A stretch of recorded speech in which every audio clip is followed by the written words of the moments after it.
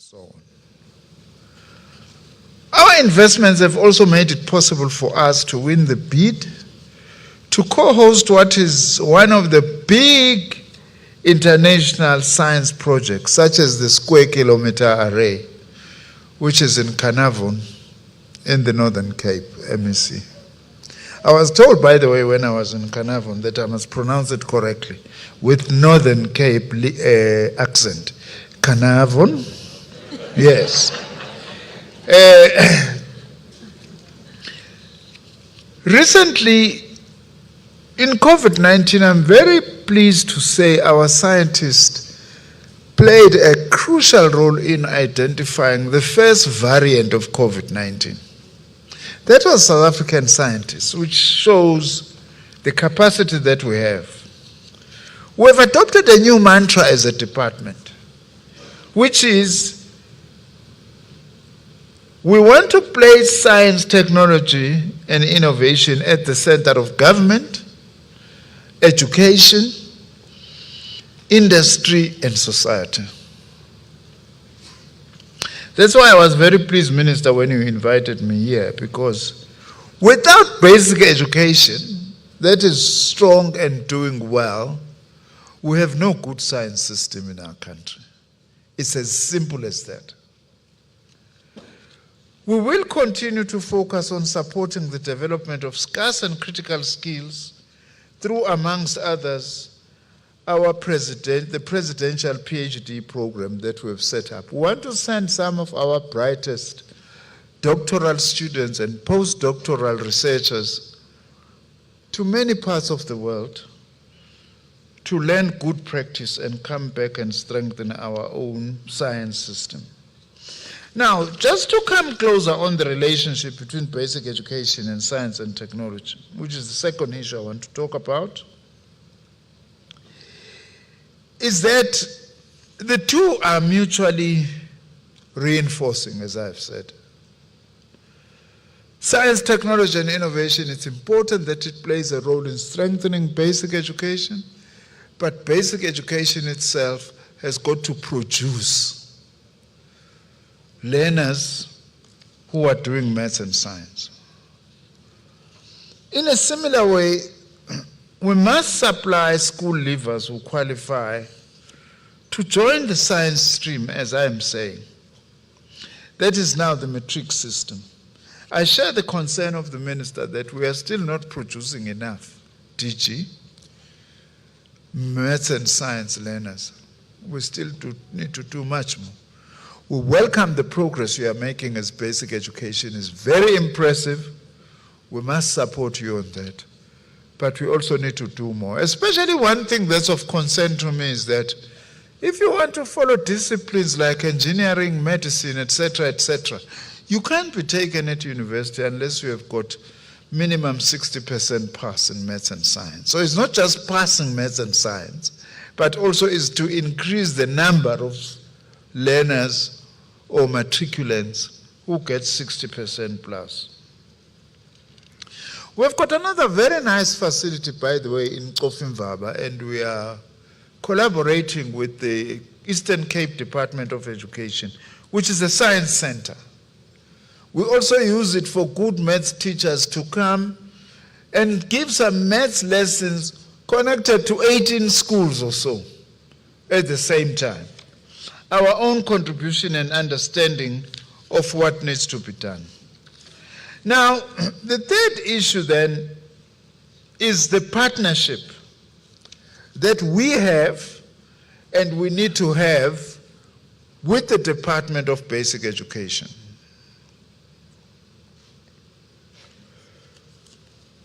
I've just had a very good meeting with Minister Kwahube to discuss how do we strengthen the partnership we have and take it to higher levels. Some of the things we spoke about, which are important, which we partner, is the National Science Week. Every year we have got a week that we dedicate to science, and we partner with the Department of Basic Education because we normally launch this with learners from various schools. We did it in the Free State last year. We are considering now turning it into a National Science Month because we think a week is not enough. Maybe we need a month to focus the country on science, technology, and innovation. We also have got our Olympiads, which creates a platform for learners like Maths Olympiad to compete and to test themselves against others in South Africa as well as outside of South Africa. For teachers of science, maths and science, we also have got a very good resource on careers in science, engineering, and technology, which we are willing to share with the schools. We may not have enough copies, but Minister, we are very willing to share that because it's very important in guiding young people in terms of science careers. We'll also be continuing with our project that is based at our Center for High Performance Computing in Cape Town, which in fact has trained close to 200 educators from all 9 provinces as trainers in the basics of coding. This is a practical area of cooperation with Department of Basic Education. We also want Minister to affirm and integrate learners with disabilities into our systems, basic as well as science, technology, and innovation. I'm very pleased that the anthem there is actually also printed in Braille. That's very important because we still have a lot to do to integrate those of our people who are living with disabilities. We also need to affirm girls and women. I know that, if I'm not mistaken, they are now doing very well in basic education, the girls. It's very important. Although, Minister, we must guard the unintended consequences of that. Let's affirm girls, but let's not allow the boys to feel that they are being abandoned, because that also creates other problems.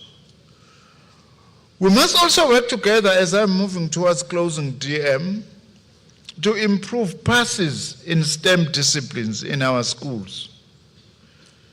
I've already spoken about the need to ratchet up math and science matriculants, including those who get 60% plus. But the one other big challenge that we have is to defeat the fear of maths and science, especially in black communities in South Africa. That's a big problem. Oh, Principal, ngicela niyeke lento, ngifuna ukuyisho ngesizulu. Niyeke lento ukukhipha abantwana kwi-maths. Nithi bonke nifuna ukuyobafaka kwi-maths literacy because nifuna ukunyusa i-matric pass rate. Niyangilimaza mina. Maths literacy is important because it allows every learner to have some understanding of mathematics. But msana ukubakhipha nithi you want good results. Niyangilimaza mina as the minister when you do that, because I'm not getting the enough numbers that I need for math, science, and innovation. The other area, of course, working with the Department of Higher Education and Training, is to focus on producing qualified and competent STEM educators. Othisha bakwazi ukufundisa maths ne-science. Khona uthisha wase-KZN ngizokuthiwa usebenzisa umculo kamaskandi to help abantwana ukuthi ba-understand i-maths ne-science. That's innovation. That's the creativity we need. We would like to work together with you there. I wish you, with these words, a very successful summit. And I honestly mean this. I am looking forward to the resolutions that will come out of the summit. I will study them closely, especially their implications for what we are trying to do in building a strong science, technology, and innovation system. I thank you very much.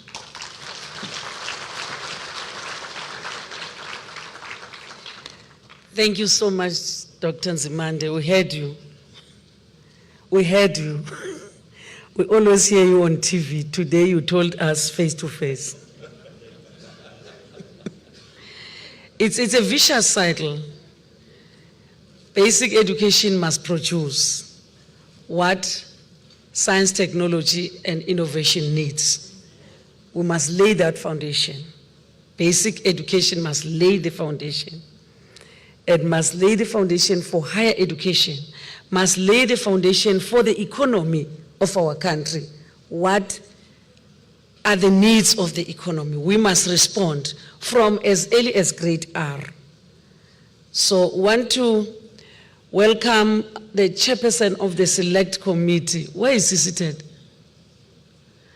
Our chairperson of the Select Committee on Education. Where? It's on his way. He's coming. I was told he's already inside. That's why I'm welcoming. I want, but we appreciate if our leaders in the committees are coming to attest, pay testimony to what we are doing. Because when we report to Parliament to say, this is what we are doing, and they must come and attest to say, yes, indeed, we have seen it. And also the support staff of the Portfolio Committee, I can see they are here. Dr. Blade, we thank you for supporting basic education. And if you don't support basic education, you will receive nothing. You will receive nothing. We're not going to give you what you want. But if you are here to say, guys, this is what I want, we will give you what you want. And we really appreciate and your continuous support to basic education, because that's where the foundation is. So I'm told the president is around, but our next speaker.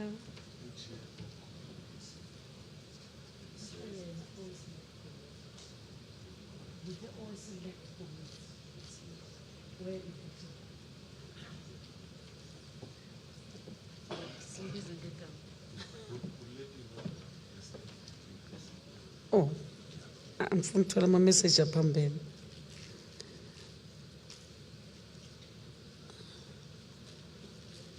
Because I get other messages, the president has now arrived. Uchairperson wethu Select Committee, Honorable Maki Feni Upi. Select Committee on Basic Education and Creative Industries, which you normally used to call art and culture. I was told he's here. I don't see the chair. But the chairperson with Portfolio Committee is the one that is on her way. Yeah. So I will acknowledge both of them when they are here. So our next speaker, oh my God.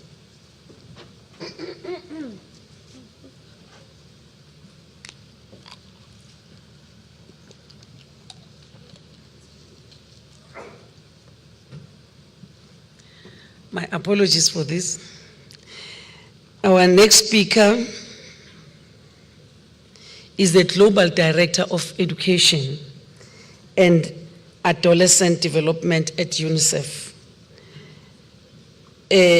She will provide strategic vision and leadership. She provides strategic leadership, vision and leadership for UNICEF education and adolescent development and participation and programs, and oversees the development of programs, policies, strategies, and guidance for the implementation of learning for every child worldwide. So, ladies and gentlemen, the head topic today is going to address exactly what the minister indicated, that laying solid foundation for quality early childhood care and education. She's going to speak about the foundation, laying the solid foundation for quality early childhood care and education. Let's welcome Mayor Pia Rebelo Brito to come and address us.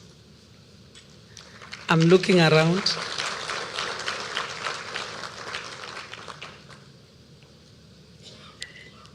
I didn't get an indication that she's not in the house. Online. Thank you, dear. Yes. They didn't tell me that you're online. That's why I'm looking around. I don't see you. Because it must be clearly stipulated that you're online. Thank you so much. And over to you. Let's give her another round of applause. Thank you so much. Over to you. Thank you, DM. My respects to the ministers, the distinguished guests, members of government, all participants who are here. I'm Pia Rebello Brito. On behalf of UNICEF, I would like to extend deep appreciation and thanks for including us in this exciting 10th Basic Education Sector Lekgotla. I'm very pleased to join you from New York. I wish I was there in person, but you can tell how excited I am to join you, that it's the middle of the night and I'm still there with you. So really wanted to be there. I'm excited to talk about the power of putting in place early childhood learning for economic growth, for development, building foundational learning. I think somebody will be projecting my slides in the conference room. And we can get started. Wonderful. So the next slide, we are going to, in the couple of minutes I have, just very quickly tell the story of the evidence that we have in support for this, the situation we are facing, and what can be the strategies to strengthen early childhood care and education. Next slide, please. And the next slide again. Excellent. So let's look at the evidence. That's the next slide. And what's absolutely fascinating is the science that underpins the early years. And you'll see that in the next slide. All of us, every single child is born to learn. We're born to learn because of our basic biology, our brain development. As we know, in the first years of life, the brain develops at a remarkable speed. And when we have the right positive experiences, interactions, the potential is exponential. And as you keep clicking through the slides, the animation will come on. While genetics provide the blueprint, it's really the environment that shapes how this blueprint is built, how the brain is built. It's absolutely fascinating. So we go to the next slide. And what the evidence tells us is this very strong foundation is really core to children being able to learn. But it's more than about children. It's about the systems. How come the systems become more efficient? Because children who get early childhood care and education are less likely to drop out. They're less likely to repeat a grade. They're more likely to complete primary and secondary education.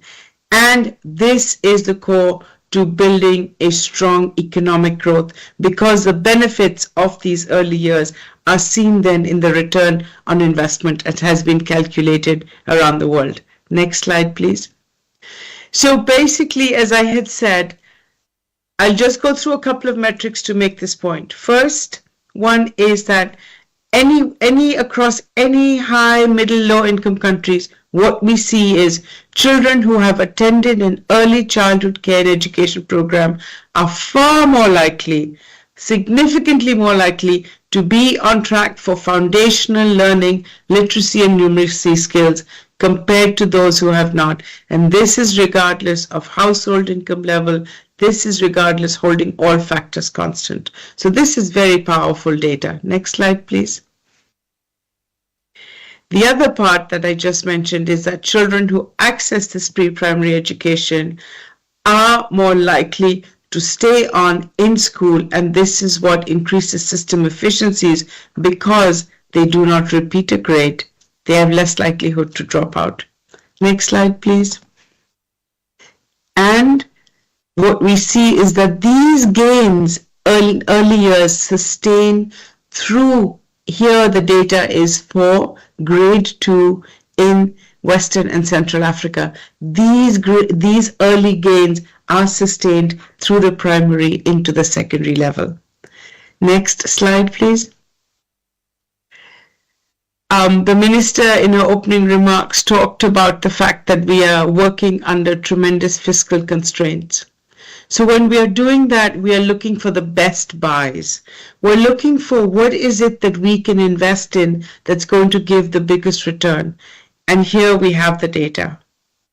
The data is demonstrating that one of the best buys you can get when you look at building human capital is in early childhood care and education. And finally, the next slide. I want to link this to the remarks we just heard by the Minister on Science and Technology.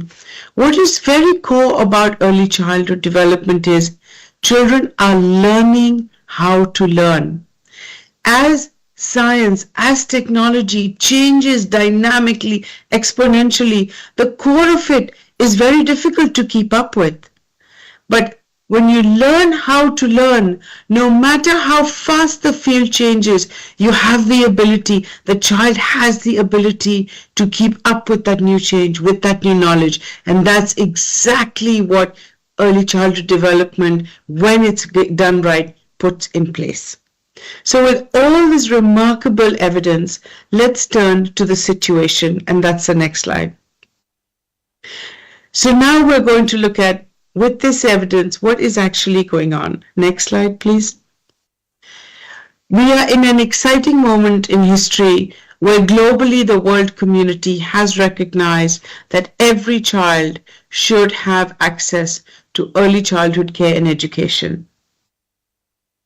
This is really phenomenal when there has been a universal aspiration that we can take forward. The next slide, please. But the reality is that despite expressing this aspiration, we see that across the world, we are very, very far behind achieving this, where at least every child has 1 year of pre-primary education, which means significant challenges remain to get to our goals. The next slide, please. And we turn attention here specifically to South Africa, where we see that despite nearly universal attendance in educational institutions, it really is taking this transition additional time. So we are not yet have in place what is needed for the return on investment to be fulfilled. Next slide, please. When we are looking at this attendance rate of early learning and grade R in South Africa, we have to celebrate the remarkable change and growth in a 10-year period. It has doubled from 2023, where it was only 33%, to 68% of children attending such programs. So this is remarkable progress that has been seen. So congratulations for that. Next slide, please. As we look at this growth in access, underpinning this is a very important issue of equity. Inequity is keeping children behind, the most disadvantaged behind. And we had said earlier today, and as was said in the inspiring opening remarks, we leave no child behind. And these are important factors to take into consideration when we look at inequity and challenges. Next slide, please. What we see is that children who live in contexts of emergencies are the ones who are very strongly impacted by not having access to these services. The next slide, please. A very important partner in this work are parents. Parents are important in being able to take forward the holistic development of children. They are the architects who can support and promote this. What we are seeing in South Africa is the percentage of children who are thriving and those who need attention to be able to progress so we achieve the outcomes for all children. Now, in order to make that happen, the next dimension we need to look at, the next slide please, is the quality. So while we are improving access, all children are not thriving as the way they should, because the quality of the environments needs to be improved. And here we have the dimensions of quality that are required to get that optimal environment for the brain to grow. Next slide, please. When we look at quality, there are structural aspects and there are process aspects. Now, in the structural aspect, we look at the things we're familiar with, the infrastructure, material, teacher ratio to children. And in all of these, what we are seeing is that we are falling short in terms of meeting our structural quality standards. I will go fast through these slides to get to the strategies. Next slide, please. We look at another dimension of structural quality.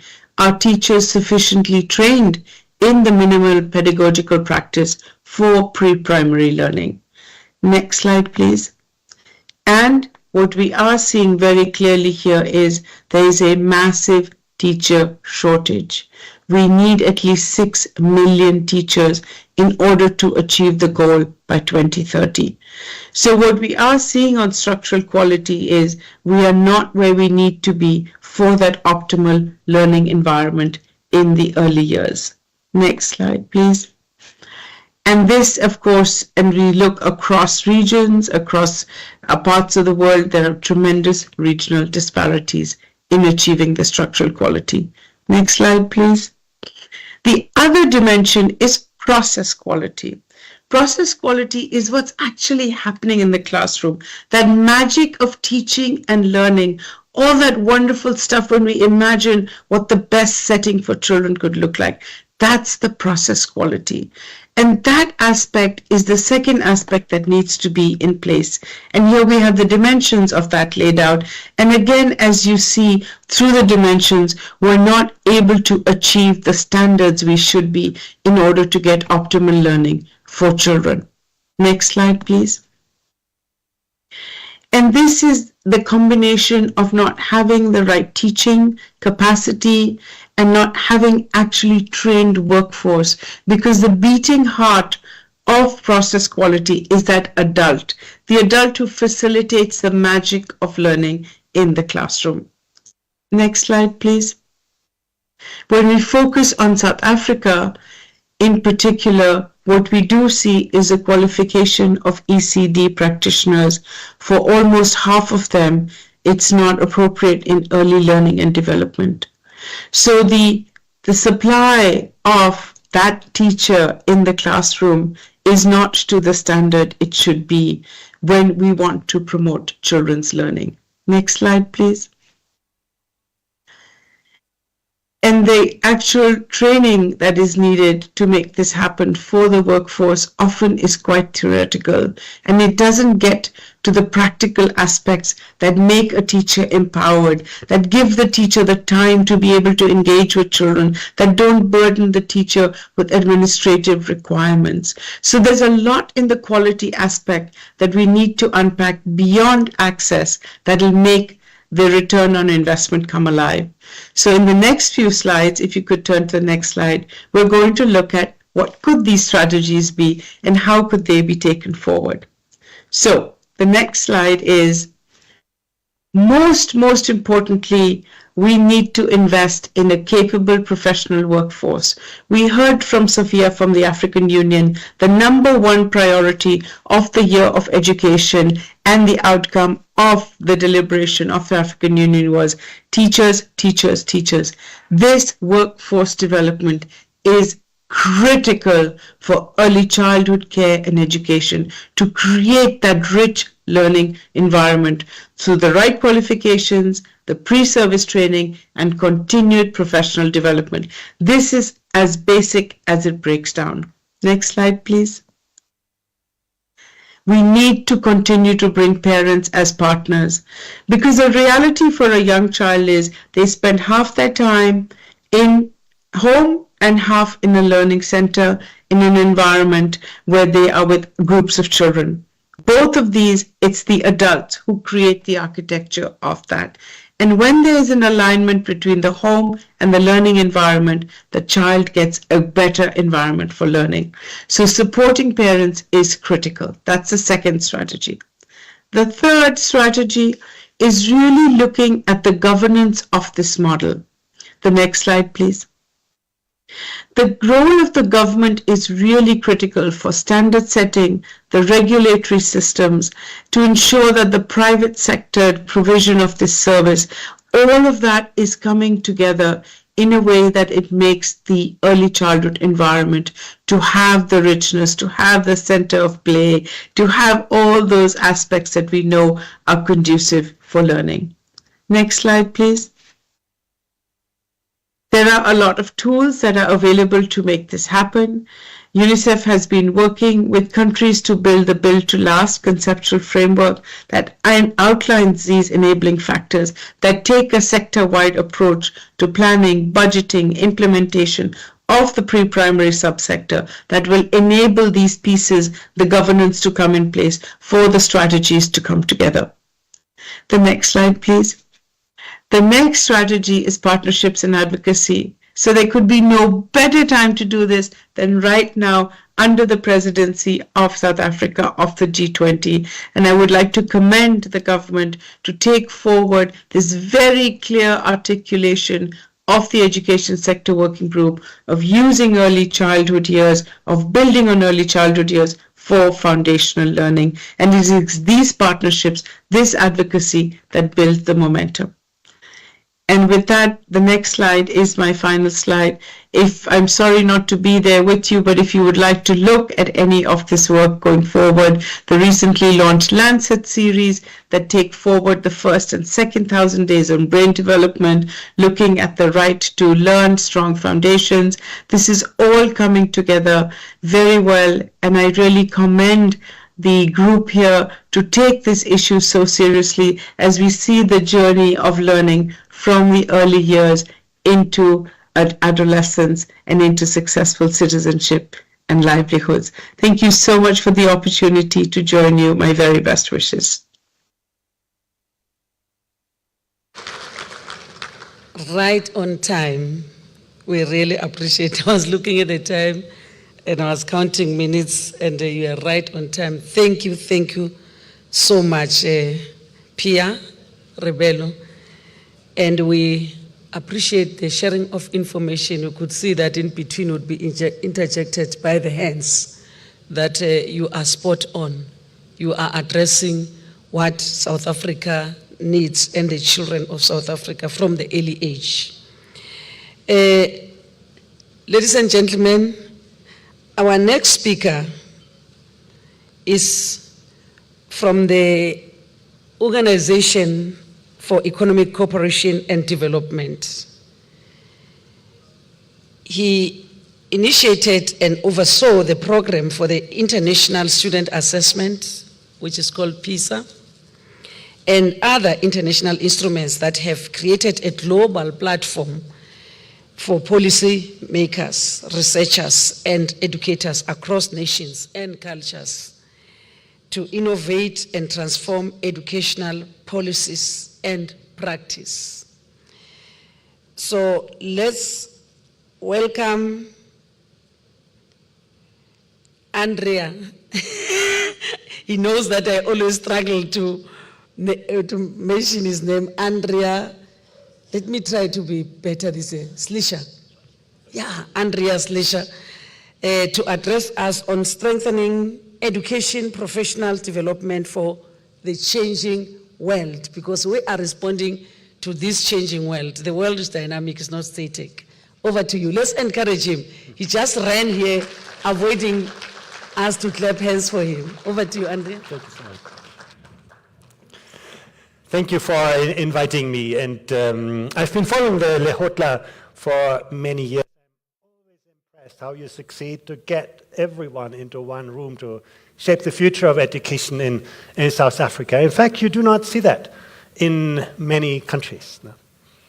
And this year, you are not only shaping the future of South Africa, you are leading the world in education through your G20 presidency. And this leadership is really badly needed. The pandemic has reminded us how vulnerable our education systems are to even mild disruptions. No? And the future will always surprise us. No? Climate change is going to disrupt our lives a lot more than this pandemic. And artificial intelligence puts to the test many things that we took for granted in education. We know how to educate second-class robots, people who are very good at repeating what we tell them. But what makes us human in a world in which the kind of things that are easy to teach have become easy to digitize? And there's so many other disrupting forces that we need to account for when we talk about the future of education. And teachers have a tough job. You know, they need to live the future today that they want to see in their students tomorrow. And society is not always with them. You know, society is a very conservative social enterprise. We like to keep the world in balance, and at the same time, you know, teachers need to move the world forward. You know? And there's a lot to do. You know, in our PISA assessments, we measure the success of students. You can see in many countries around the world, half, sometimes even more of 15-year-olds do not even achieve the most basic level of knowledge and skills. Half of the students, they may go to school, but they do not learn up to the foundations. Of course, there are students who are very successful, but let's imagine we could solve that problem of making sure that every country reaches the baseline performance. I do not have data for South Africa on this, but let's take a country like Indonesia. You know, about 50% of 15-year-olds do not yet achieve baseline results. If Indonesia would succeed in getting everybody at least to this very basic level of performance, that would generate, you know, almost 7 times the size of Indonesia's economy today. You cannot imagine the wealth that countries can generate simply by digging out the, you know, wealth that's in the minds of people. Much more than anything you can get through natural resources now. Now, education creates resources, creates money, but can money buy education? The answer is not so clear. You know, for countries like South Africa, you know, on the left side, that spend relatively little on education and do not pay their teachers particularly well, investing more clearly will make a huge difference. But when you get to the right, you know, money is no longer a guarantee for success. You can see here, the United States spends 10 times as much per student than Vietnam, and they get the same results. So money gets you so far, but at some point you need to think beyond money. And the same is true when you look at learning time.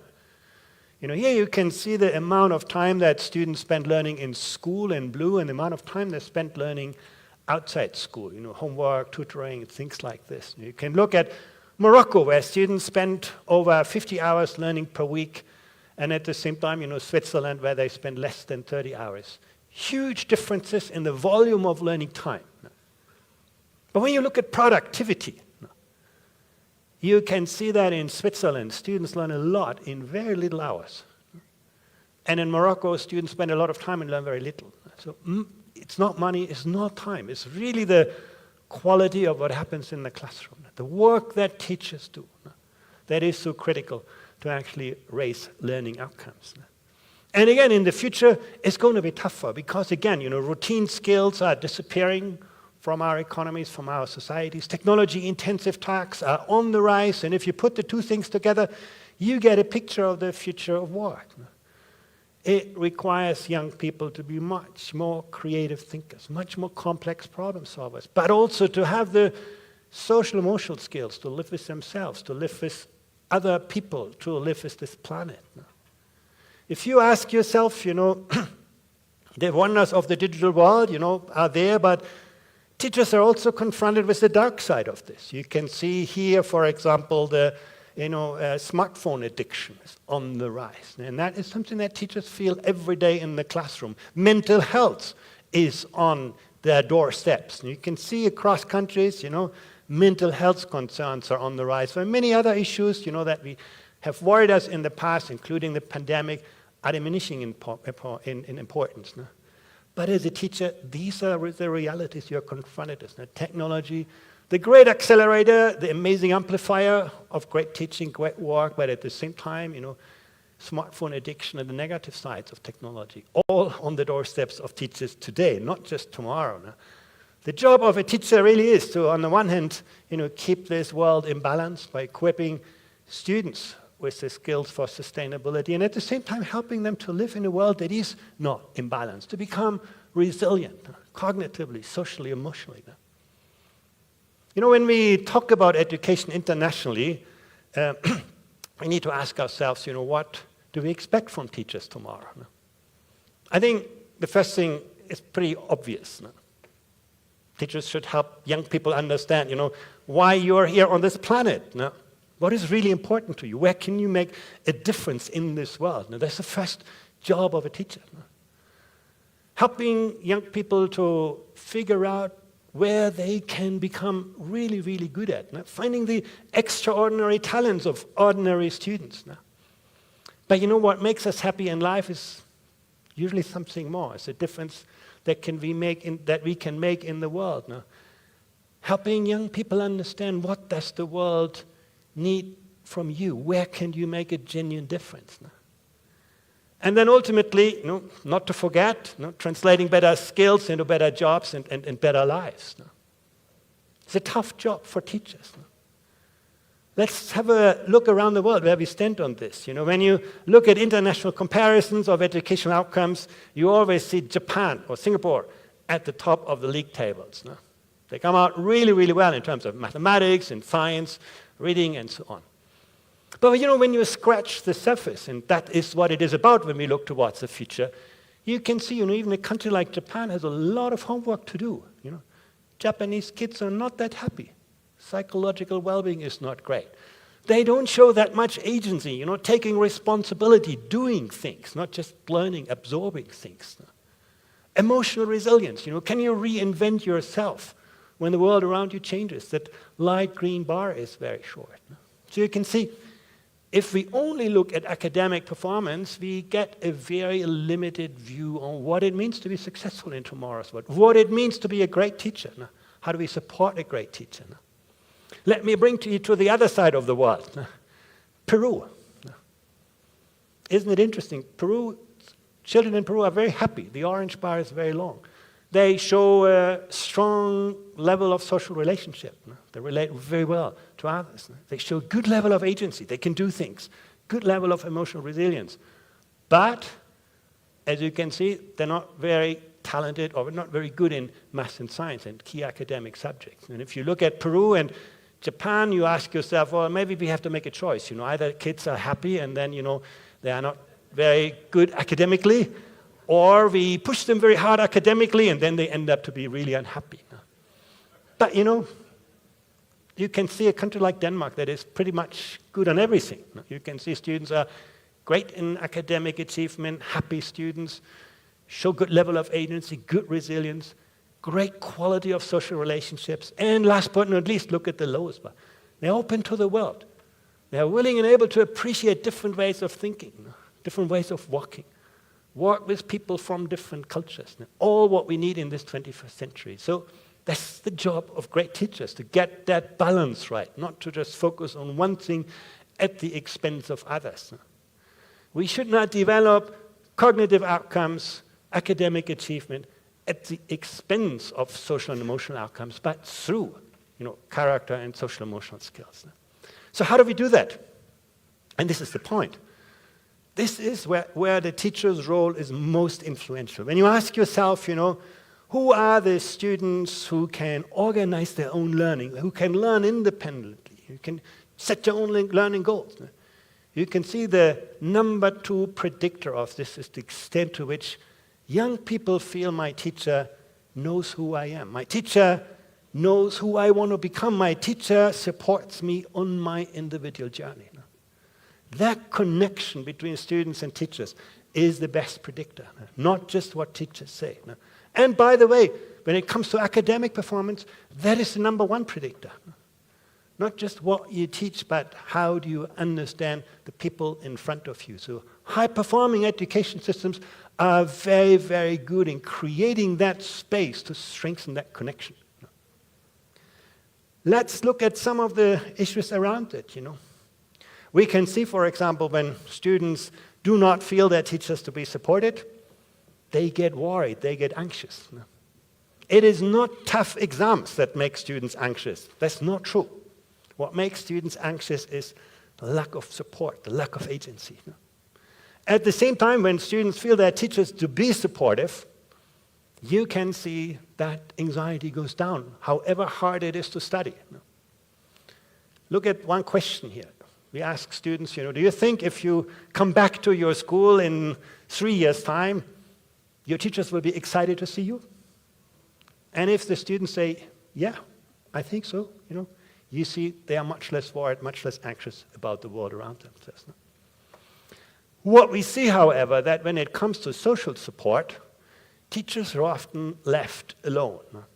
The country where I live in France, only 5 out of 100 teachers feel society is interested in them, supportive of them. South Africa stands much better there. No? Almost as good as, the high-performing countries. But you can do better. Vietnam is a country where virtually every teacher feels that support of society. And how do you create that support of society? Through the connections you build. The more social capital teachers build in society by connecting with parents, by connecting with other schools, by building collaborative, opportunities for professional development, the more they feel that support from society. The more you make teachers visible, the more you'll be successful. But this is one of the biggest concerns that we all need to address.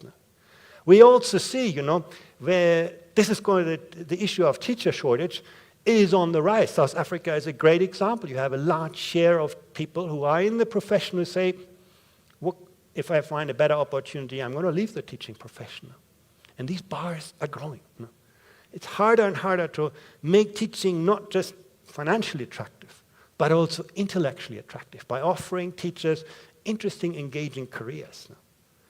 We also see that the shortages are particularly strong in areas that are particularly important these days. Having teachers who can teach in multicultural, multilingual environments. Now, most countries struggle to get qualified people for those kinds of jobs. And the outcomes are clear. You can see wherever there is teacher shortage, that drives down the outcomes that we measure in our international assessments now. So, to what extent, can we change that? We ask, what drives teachers' stress?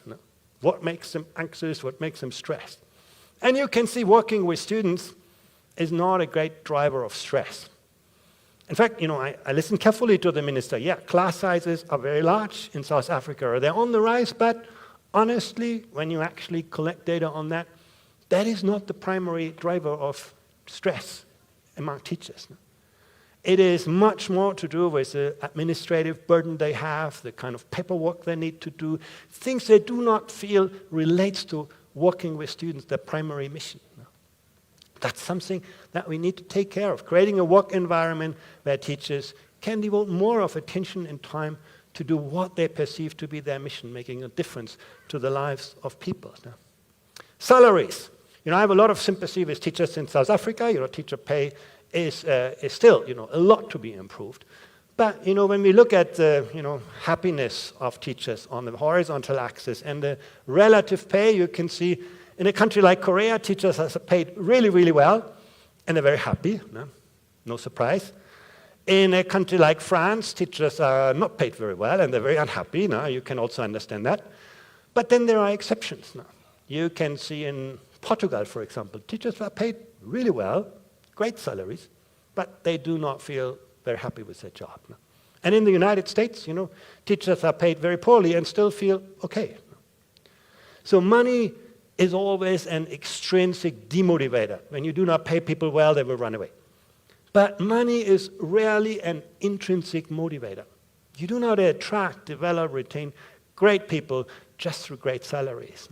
What we can see, for example, effective professional development is a much better predictor for teachers' job satisfaction, where teachers feel, I have a principal I can trust. I have colleagues with whom I learn. Teacher training, modern professional development doesn't take place somewhere in a university. It takes place at the workplace, in the school, with your colleagues. And where teachers have that kind of environment, you can see they are happy with their job.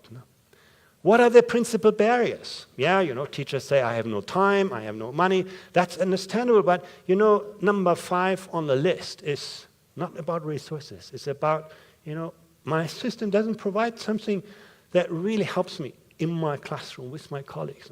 That is something that we can improve without necessarily spending more. And very, very clear, effective professional development is very much about collaboration. You can see the more teachers teach jointly as a class, the more they engage in collaborative professional development, the more they observe each other's lessons, the higher their sense of self-effectiveness, self-efficacy. No? So it's not that difficult. No? The high status of the teaching profession, the great social status that teachers have in some countries, very much relates to those kinds of things that we can influence, and many of them do not even depend on money. So let me conclude. It's all about professional agency. No? You know, unfortunately, over the last years in many countries, we have seen an unfortunate trend to commodifying education. You know, students become consumers of prefabricated content that's not interesting to them. Teachers are seen as some kind of service provider, and parents as the kind of client of the education system. We've taken out the heart of education, which is a whole of society enterprise, no? Where student agency, making students active learners, building that emotional resilience among them, having students who are entrepreneurial, creative, who want to do things, not just absorb things. And the same for teachers. No?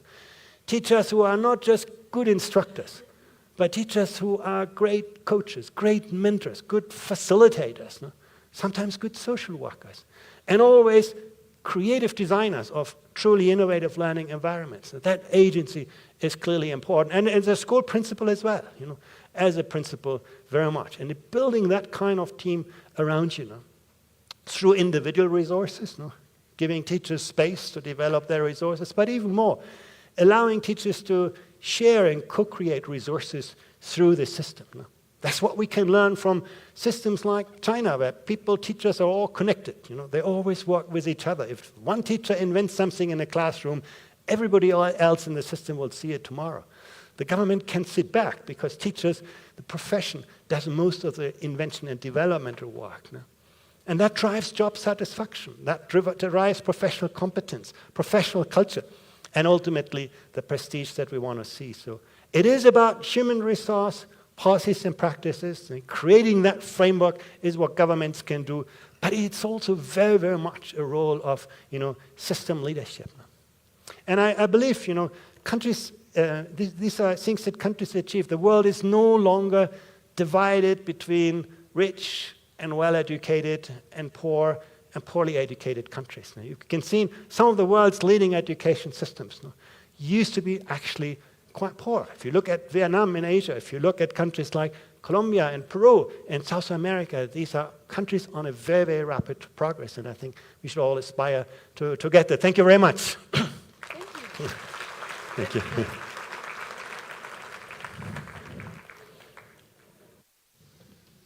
Thank you so much, Prof. Professional agency, teaching, professional agency, the entire collective in a schooling system. We really, really appreciate, Prof, and your availability. I don't know whether we must take a break because the president is here. If I say go out on break, it will cause havoc because we may not come back in that 5 minutes. But I know when the president speaks, there should be no movement to show the respect to the President of the Republic of South Africa. So, can we quickly run, just for the body relief, as they are setting up the podium for the president, run and quickly come back and settle. Just run and come back quickly. So that when the president is here, there's no movement.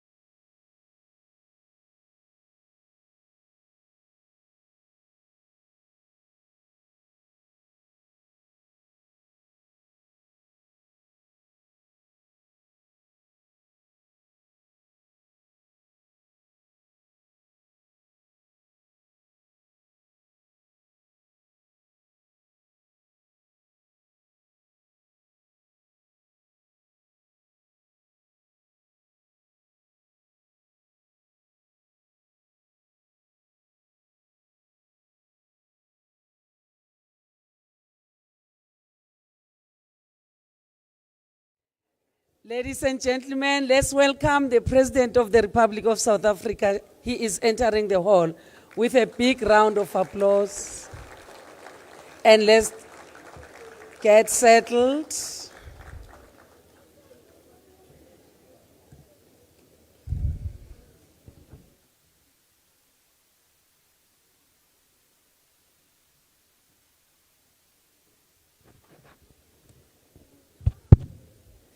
Let's get settled. We said we must just run, and I hope that we're all going to run.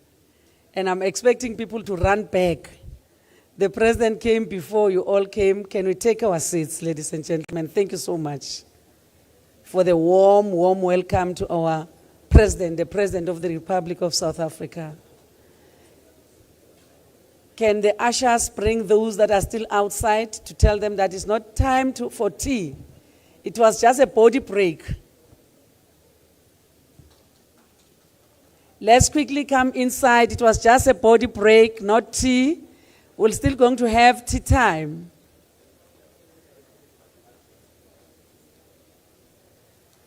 Please, let's get settled. Let's get settled.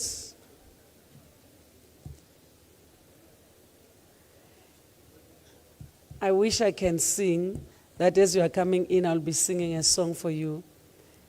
I can see people coming with their tea, with their food, but we are still going to have that break. When we break, we must find food. Those of us who are still inside were hungry also. So I can see that you grab food and you finish the food. Let's get seated. Let's get settled.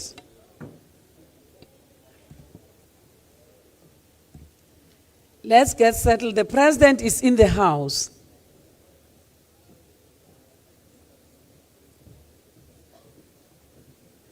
The President of the Republic of South Africa has respected us in his extremely busy schedule. So let's show that respect too. I said it's a body break, not food break. We're still going to go out for food break. Now people have gone to grab food. I don't know whether we'll have food.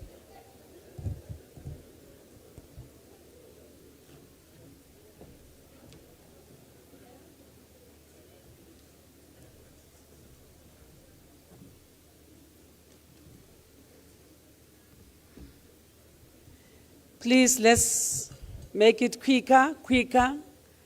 Let's take our seats. I don't know what you're going to do with that food. Because it will not be showing respect. The President is speaking, now we're eating. I've never seen that happening in South Africa before. It will be for the first time in this Basic Education Lekgotla. I said people must run to the restroom. People ran to grab food.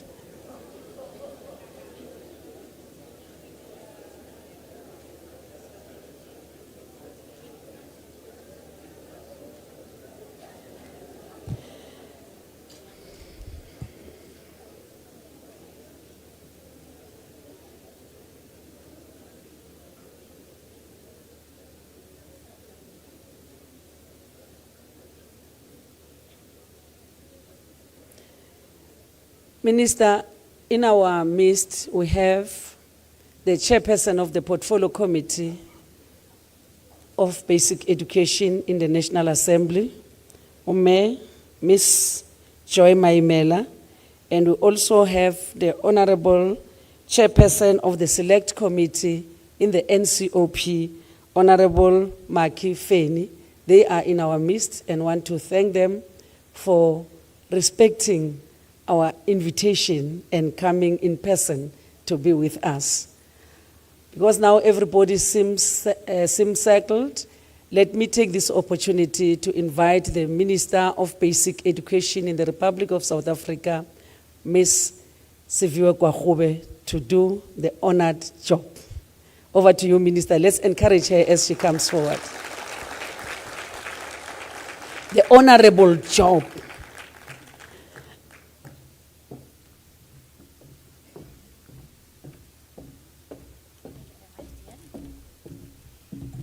Thank you very much, Deputy Minister. And once again, ladies and gentlemen, a very good morning to all of you. As I indicated a little bit earlier, that the President of the Republic, Mr. Cyril Ramaphosa, will be joining us this morning to deliver a keynote address. And the President has been a great supporter of not only this Lekgotla, but also a great supporter of the work that we are doing here in the department. In fact, when we went to go present to him the matric results earlier this year, before we were releasing them, he has indicated to me on a number of occasions that he is a great supporter of the work that we're trying to do, the strategic reorientation of saying we want to make sure that we strengthen the foundations of learning, and has personally pledged his support to try and make this a reality. And so his presence here, I think, speaks to that commitment that he has made, that he wants to help us strengthen the foundations of learning. In fact, he often says to me that he believes that that is something that we should have started with 30 years ago or 31 years ago, and that we may be 31 years late. And so he is encouraging us to not only move with pace, but also to understand the urgency of really strengthening the foundations of learning. So I would like to invite the President of the Republic of South Africa, Mr. Cyril Ramaphosa, to come and give us the keynote address.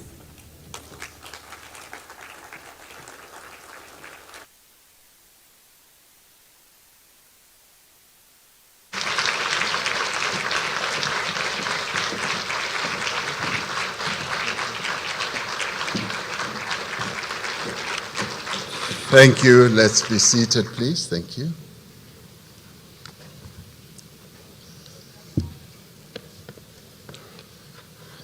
Minister of Basic Education, Deputy Minister of Basic Education, and the Chairperson of the Portfolio Committee on Basic Education, Honorable Joy Maimela, and the Chairperson also of the Select Committee on Education, Honorable Maki Feni, the Director General of Basic Education, the MECs who are here present, particularly our host MEC of Basic Education here in Gauteng, and the members of the national and provincial legislatures and representatives of political parties, this being a non-political party activity, so behave yourselves, and representatives of teacher unions and representatives of school governing body associations, higher education institutions that are here present, education organizations and civil societies, and internationally based organizations both on our continent as well as internationally, and more broadly those who are part of the UN system, and representatives of business who continue to support the work that we do, and all guests and ladies and gentlemen. It's always wonderful for me to be here with men and women whose work in many, many ways is shaping our nation's future. Whether you are an educator, whether you are in organizations that support education, and whether you are in teacher unions, in parliament, it is really wonderful to have people like yourselves devoting so much time to come and talk about the most important undertaking that any country has to embark upon, educating its young people. Education is the bedrock upon which societies are built and on which they thrive, but it is also the bedrock upon which the futures of nations are made. Because education enables development. In many ways, it is a catalyst of progress for individuals, for communities, for countries, and for economies as well, and for families. Basic education in particular is the most crucial determinant of whether an education system succeeds, falls short, or fails. We therefore regard the annual Basic Education Lekgotla as one of the most important events on the national agenda, and that is why whenever the invitation comes, I, Deputy Minister, don't only honor, I do what you said, I respect, and that's what brings me here. So to put this into perspective, in its recent South Africa Economic Update, the World Bank singled out basic education as one of the 3 sectors with the greatest potential to drive inclusive growth and to transform South Africa into a high-income country. Now, what is greatly encouraging is that the reforms proposed by the World Bank in areas such as prioritizing foundational years are very much aligned with the department's vision. Early childhood development, numeracy, and early grade reading are just some of the focus areas highlighted in the World Bank report. Minister is absolutely right. I've often said to her, we should have started with the early childhood development 30 years ago. And if there is any mistake that we have made as a nation, as a government, it is this one.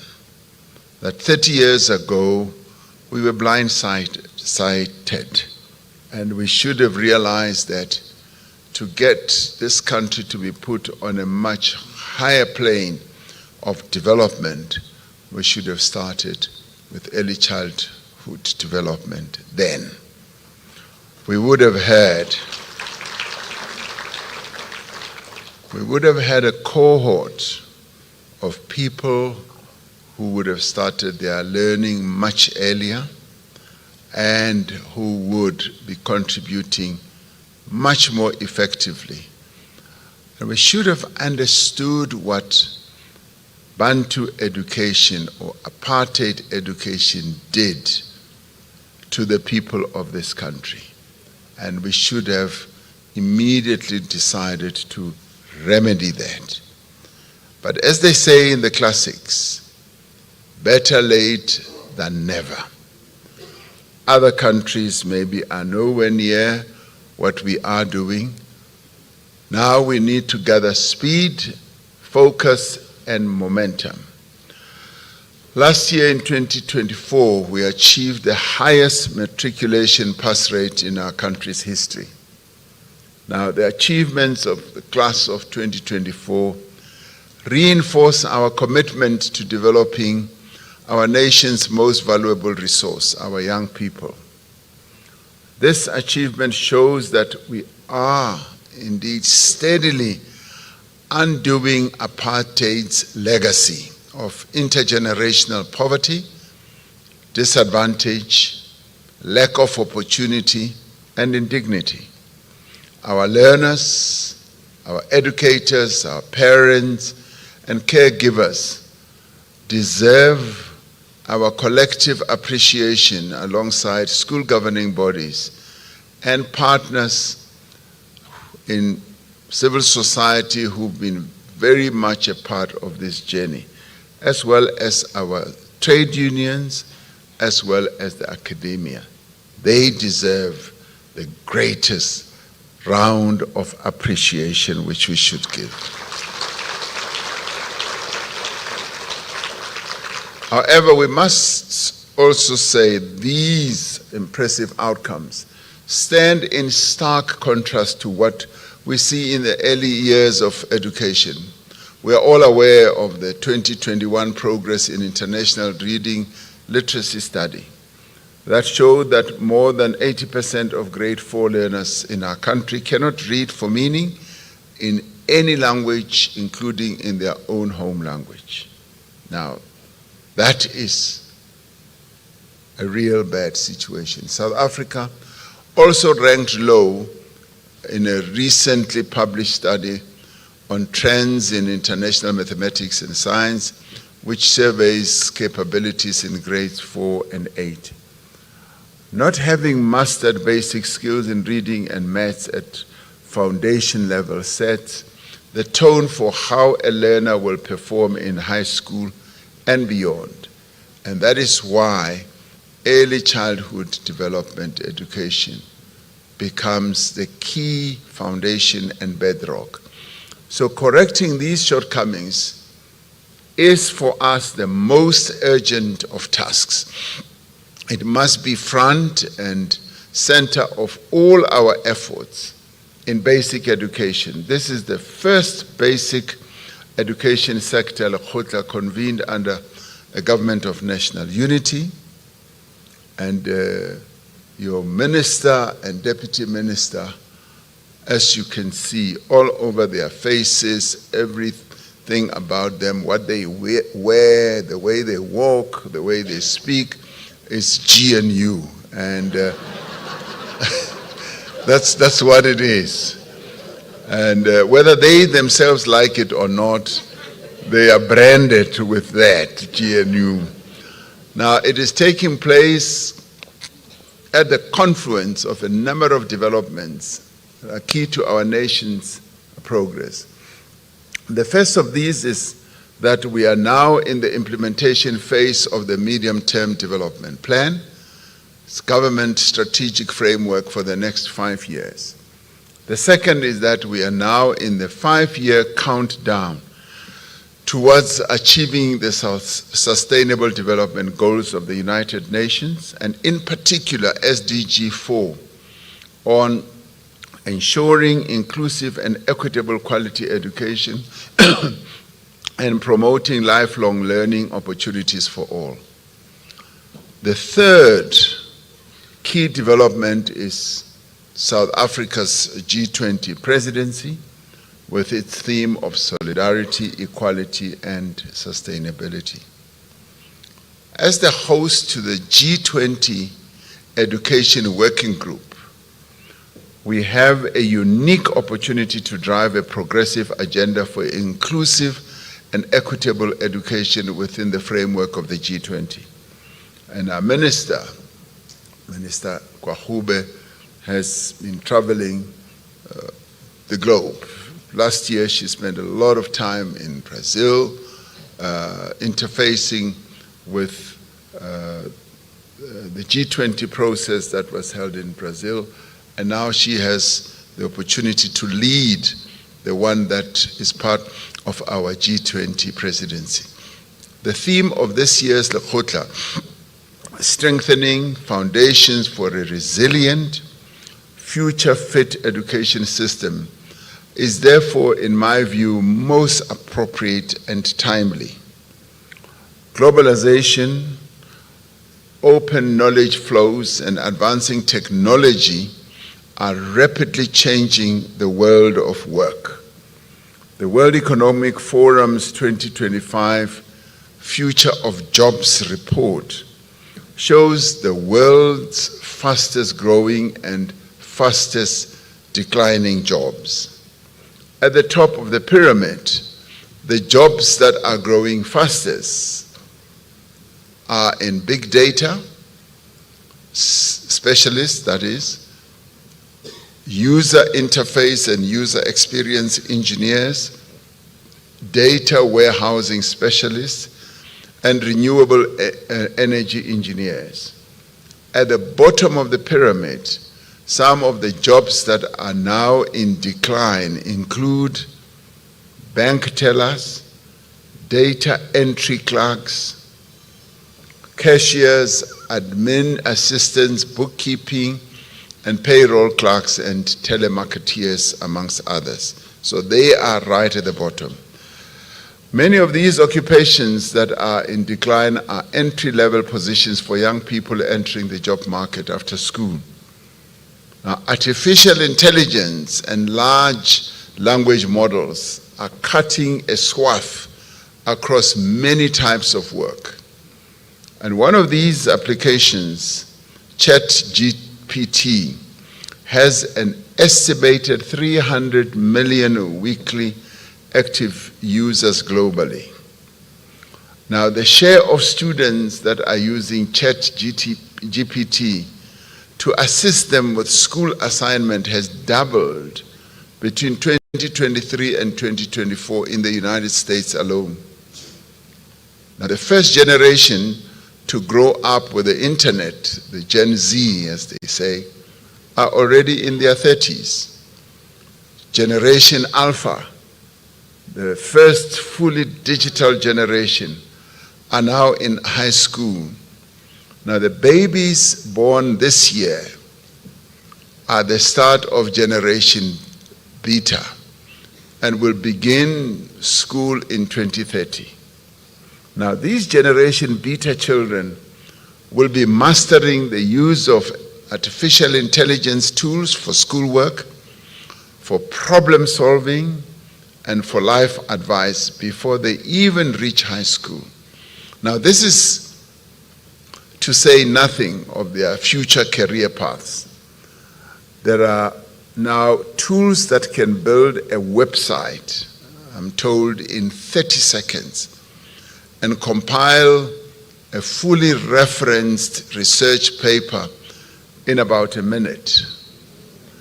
Now, these sites can do anything. Now, the other day, my spokesperson, Vincent Magwenya, was showing me a picture where it was said that I was in a press conference and seated, and a few people standing by, and he was standing next to me. It was AI generated. Of course, I didn't have such a press conference. Now, it made me look so handsome. I was really good looking. Yeah, now it completely distorted his looks. He didn't look handsome at all. So this is what AI does. It just generates these things, and then they said I had said things that I never said. So when we speak of equipping our young people with the skills for a changing world, we are not only talking about the structure of education needing to be transformed, but it is its method of delivery as well. I'm pleased that this is an issue that is prioritized at this Basic Education Lekgotla.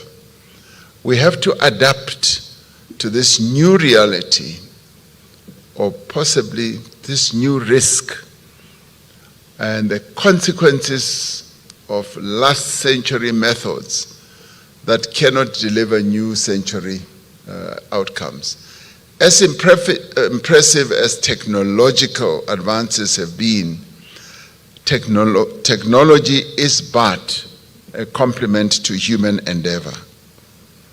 There is no substitute for solid foundational education that is led by committed and capable educators that sets the stage for a more effective and equitable education system. Now, at a foundational level, learners develop essential skills in literacy and numeracy, reducing pre-existing learning gaps and form the building blocks for lifelong learning. I was telling the Minister, Minister Kwahube, as well as Minister Nzimande, who has had to leave, that I once went to a conference in Mexico when I was Deputy President, and I met these Canadians who told me that they were already teaching coding at to 2-year-old children. And they say, it's amazing how these 2-year-old children just take up to coding at that very early stage. The DG was saying to me, no, we are now beginning to do it at 6 years and 7 years. Now that's okay, because we are not doing it 30 years later. We're only doing it maybe 4 years later. So we will catch up. So early childhood development does play a critical role. It is a strong social equalizer, with children from disadvantaged families benefiting most. And I have seen how they benefit. We need to improve foundational numeracy and literacy using the mother tongue-based bilingual education approach. We are encouraged by the department's efforts to renew or review and realign our existing curriculum, including the issue of assessment, learning and teaching support material, and teacher development programs. Equality and access must guide everything that we do. The notion of equality is, as we find, even in the G20 process, becoming a big issue of contention, where we in the global south clamor to have equality as the centerpiece of what we need to lead the world towards. There are those who have already reached high levels of, being equal, and they believe that, no, we are all equal, and yet we say we are not. So that must guide everything that we do. The concept of equality and equity. We have a special obligation to promote access to quality education for learners, also with a number of disabilities, such as those who are blind, deaf, or who have other disabilities. This is both a human rights issue as well as it is an economic and social imperative. For our country to develop, we need to ensure that every person is able to realize their potential. We therefore welcome the inclusion of Deaf South Africa and Blind SA in this Lekgotla program. We welcome that. Now, our hardworking educators are in the end the backbone of the sector. We welcome the ongoing provision of teacher support and development programs focused on skills, pedagogy, and methodology, amongst others. And I often say we need to empower them and make them operate at the top of their game. And I often say, when parents give our educators their children, they expect that they will do the best that they can to make sure that those children are well educated. And I often say, in the end, it is your responsibility as an educator to make sure that you get that child to be the best that they can be in the nation, because the parents and the nation gives you that child, and they say, improve this child, make this child the best our nation has.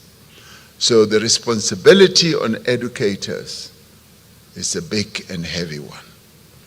The alignment of the national curriculum and the schooling system with South Africa's economic imperatives must be an apex priority also for this Lekgotla.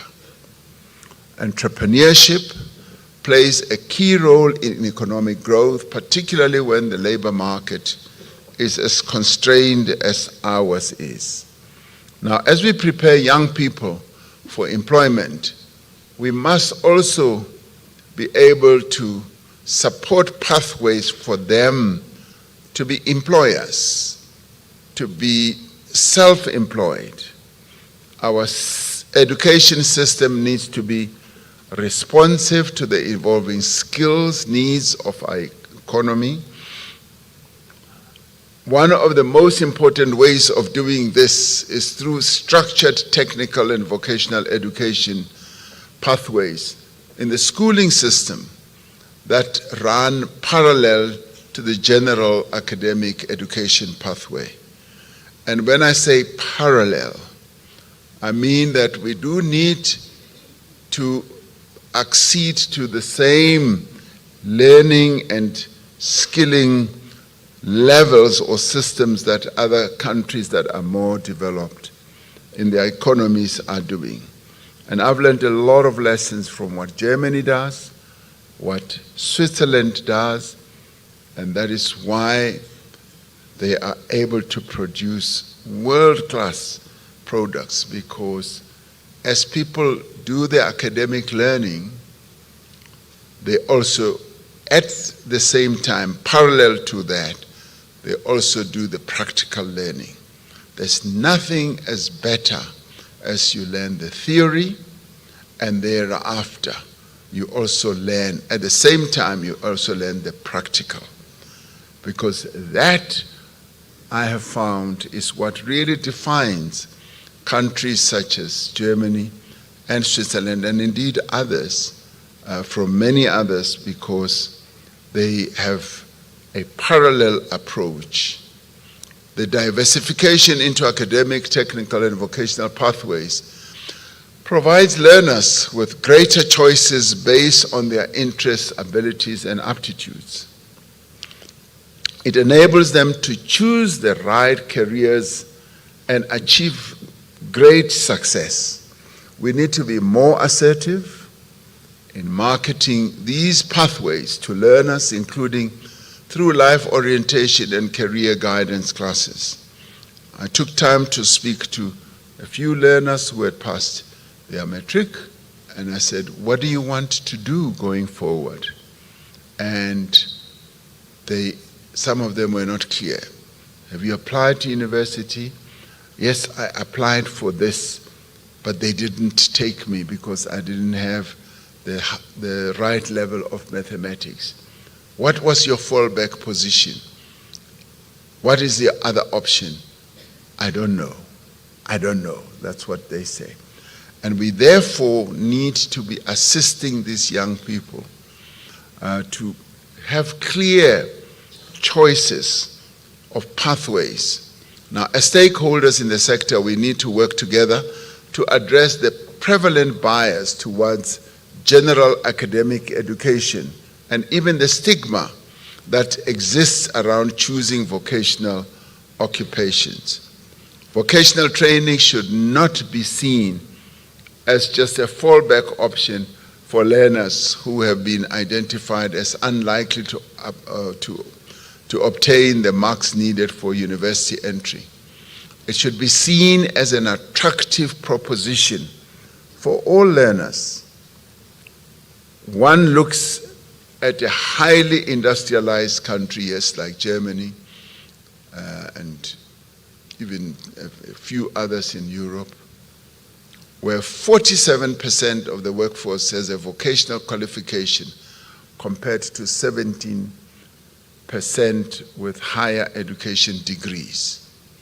Now, I look forward to the outcomes of this year's Lekgotla, which is happening at such a critical time in the life of our nation. The Basic Education Sector Lekgotla brings together political and administrative heads in education, as well as the representatives of teachers, parents, and learner organizations. It also brings together local and international academics, as I said, and welcome them, as well as experts from the post-school education sectors and industry leaders specializing in human resources. Minister, I would, as we move on, would like to see more industry players who would be here in larger numbers, so that what we plan in our Lekgotla should also be informed by what they have to say. Because in the end, we want the young people that we are preparing for the future to know precisely what the economy needs, because they are going to be key actors in that economy, and what firms need in the form of human resource. In other words, we have in this room the full complement of those who have it within their means and capability to transform the basic education landscape for the better, and most importantly, to also transform it for the future. And if we can embrace these types of approaches and be more practically oriented in doing what needs to be done, and come up with more innovative ways of dealing better with our past. I often say that we are dealing with what happened in the past.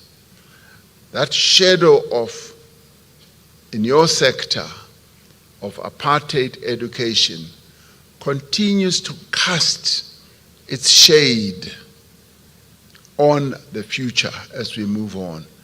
We therefore need to do a lot of things to take our children out of that shadow so that they can come into the light. And we do so by fully embarking on innovative methods, innovative ways of being able to come up with innovative solutions.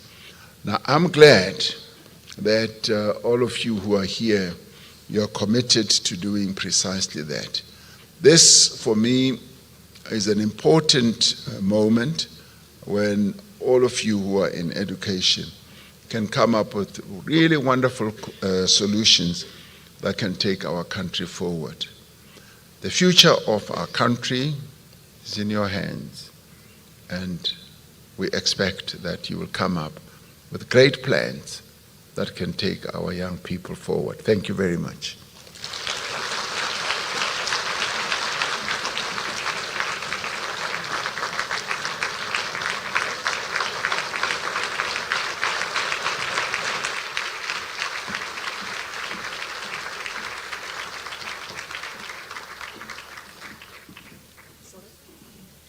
We can give him another round of applause.